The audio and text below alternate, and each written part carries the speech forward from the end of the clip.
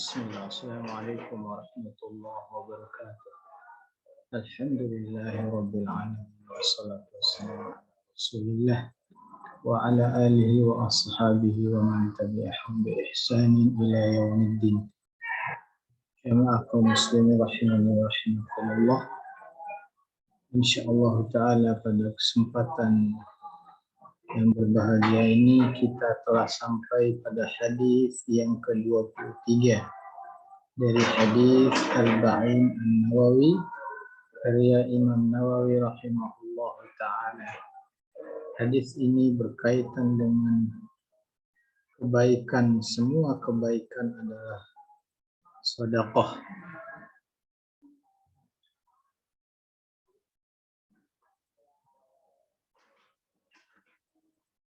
Al-Hadis an Abi Malik Al-Harith ibn Asim Al-Ash'ari radhiyallahu anhu qala Rasulullah sallallahu alaihi wasallam at-tahuru syatrul iman walhamdulillahi tamla'ul mizan wa subhanallahi walhamdulillah tamla'an aw tamla'u ma bainas samawati wal ard.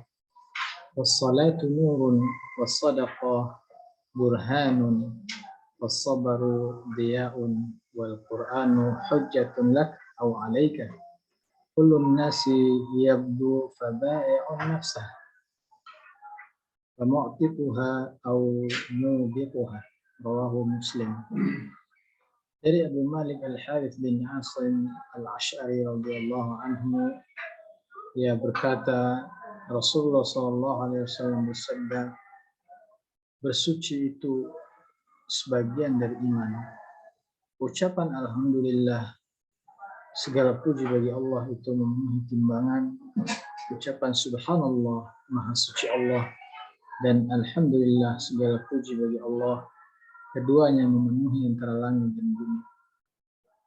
Salat adalah cahaya, sedekah adalah bukti nyata, kesabaran adalah sinar, Al-Quran adalah hujjah yang membelamu atau hujjah yang menuntutmu. Setiap manusia berbuat seakan-akan ia menjual dirinya. Ada yang memerdekakan dirinya sendiri, ada juga yang membinasakan dirinya sendiri. Jamaah rahimani wa rahimakumullah. Di dalam hadis ini berkaitan dengan beberapa kebaikan. Di antaranya adalah bersuci. Yang dimaksud di sini adalah meninggalkan kesyirikan, dosa dan maksiat serta berlepas diri darinya. Bisa pula dimaknai bersuci yang dimaksud di dalam hadis ini adalah wudu untuk sholat, karena wudu adalah syarat sahnya sholat. Sedangkan penyebutan imam kadang dimaksudkan untuk sholat seperti dalam ayat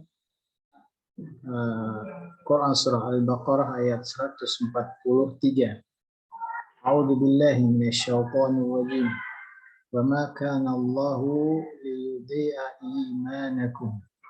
Dan Allah tidak akan menyia-nyiakan imanmu. At-thur artinya perbuatan untuk bersuci, sedangkan at-tahur artinya air yang digunakan untuk bersuci.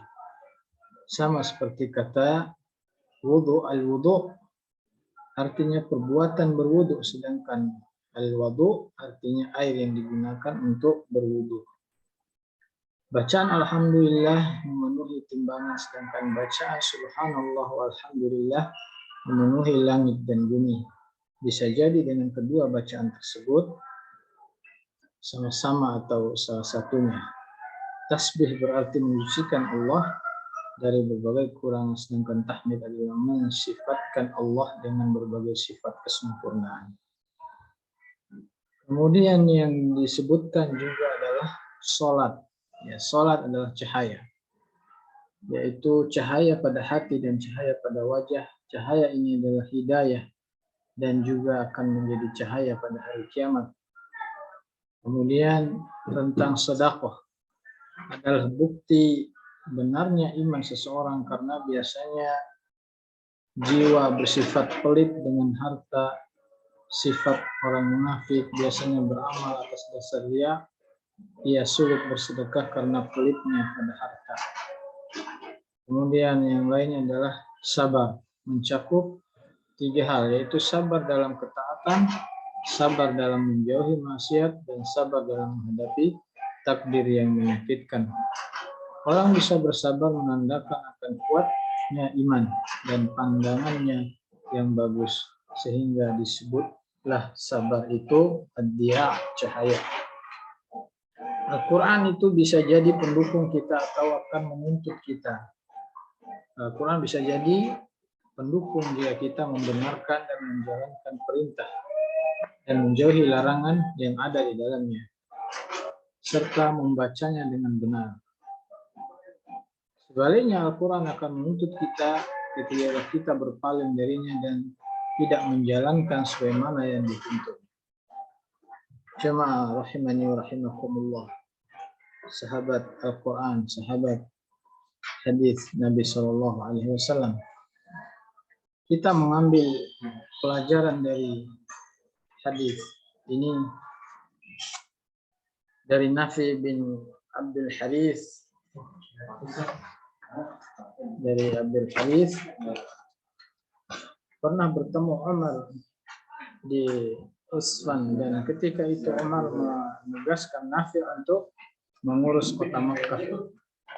Umar pun bertanya,